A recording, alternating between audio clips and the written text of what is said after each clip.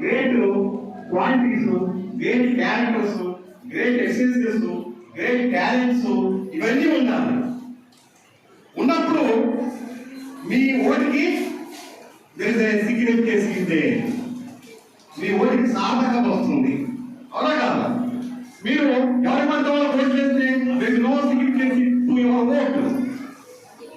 అందుకనే you go as far your knowledge, based on knowledge, based on talent, based on activities, based on creativity, based on patience. All these are so important to vote the candidates. Particularly, yoga committee. About the yoga committee, why we need exercise? Why we need yoga? There is a two scientific reasons are there behind yoga. One is to avoid the cortisol impact on our brains. To avoid the cortisol hormone impact on our brain. It creates so much stress on our body when the cortisol hormone is very heavy quantity. For that, we go for exercise. For decreasing of the cortisol hormone, we go for yoga. When we did the yoga, automatically there is a four kinds of positive hormones are released in our brain. One is dopamine hormone. Another is it creates happiness. It decreases stress on our mind, on our creation of feelings. Another is there endorphins. Reduce the pains in our body. Another is there serotonin. It creates so much happiness and it decreases the stress also. So these are the positive hormones released when we are going for yoga, right? So another is there when we are did the yoga, automatically our respiration system will also increase.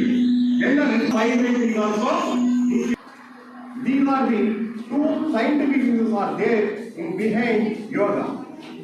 అలాంటి కమిటీని మీ స్కూల్లో ఏర్పాటు చేయడం అనేది నాకు చాలా సంతోషదాయకంగా ఉన్నది. మీరు కూడా ఎవరైతే యోగా కమిటీ సభ్యులు ఉన్నారో వాళ్ళకి సైంటిఫిక్ నాలెడ్జ్ ఉందా లేదో చూడండి ఒకసారి. అదేవిధంగా వాళ్ళకి ఓపిక ఉందా లేదో ఒకసారి చూడండి. వాళ్ళు అసలు హలాసనం వేయగలుగుతారా లేదో చూడండి ఒకసారి. You know about the halasana? Halasana తెలుసా మీకు? తెలుసా? Very good, very nice.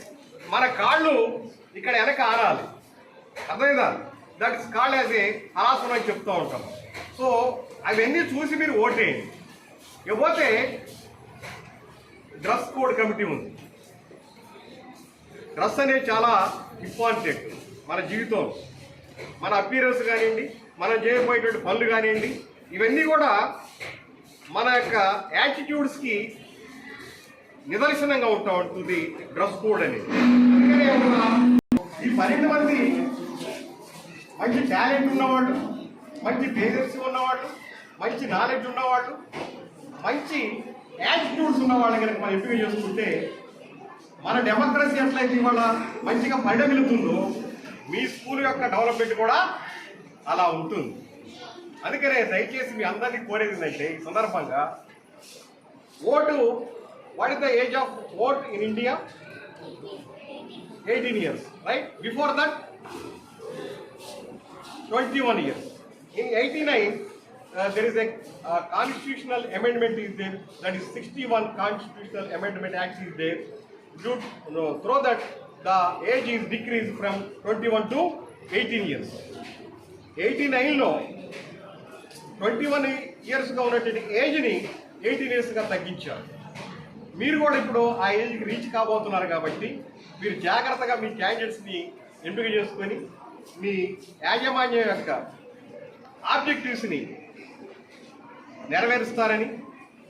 నెరవేర్చడానికి మీ టీచర్లకు కూడా అవకాశం ఇస్తారని, మీ భవిష్యత్తు కూడా మంచిగా తీసుకోవడానికి కావాల్సినటువంటి బేసిస్ అన్నింటిని కూడా ఏర్పాటు చేసుకుంటున్నారు. కాబట్టి మీరు జాగ్రత్తగా ఓటేసి ఈ కార్యక్రమాన్ని దిగ్విజయంగా నిర్వహిస్తారని చెప్పి ఆశిస్తూ, ఇలా అవకాశం ఇచ్చినటువంటి మీ స్కూలు కరస్పాండెంట్ గారికి, అదేవిధంగా ప్రిన్సిపల్ గారికి, అదేవిధంగా పాఠశాల పిల్లర్లైనటువంటి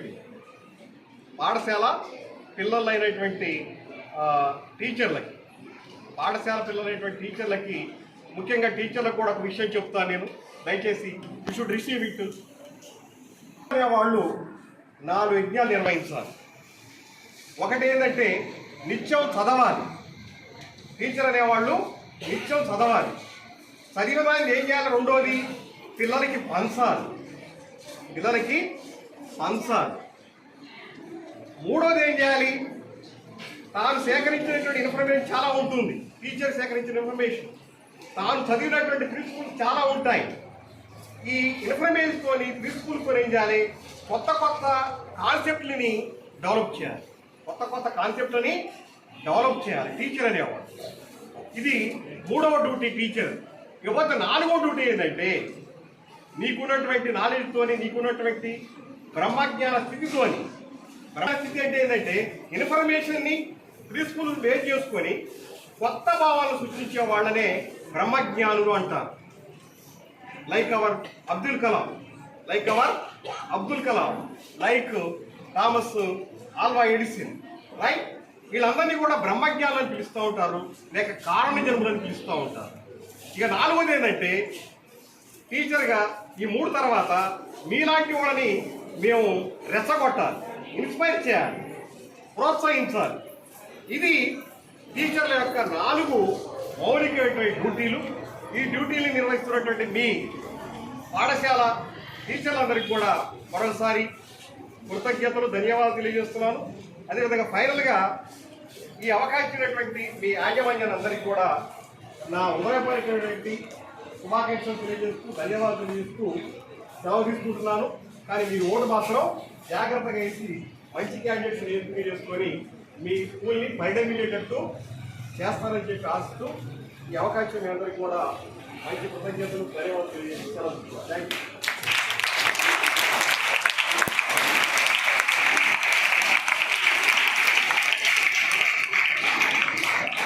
Esteemed correspondent sir, to speak a few words about this.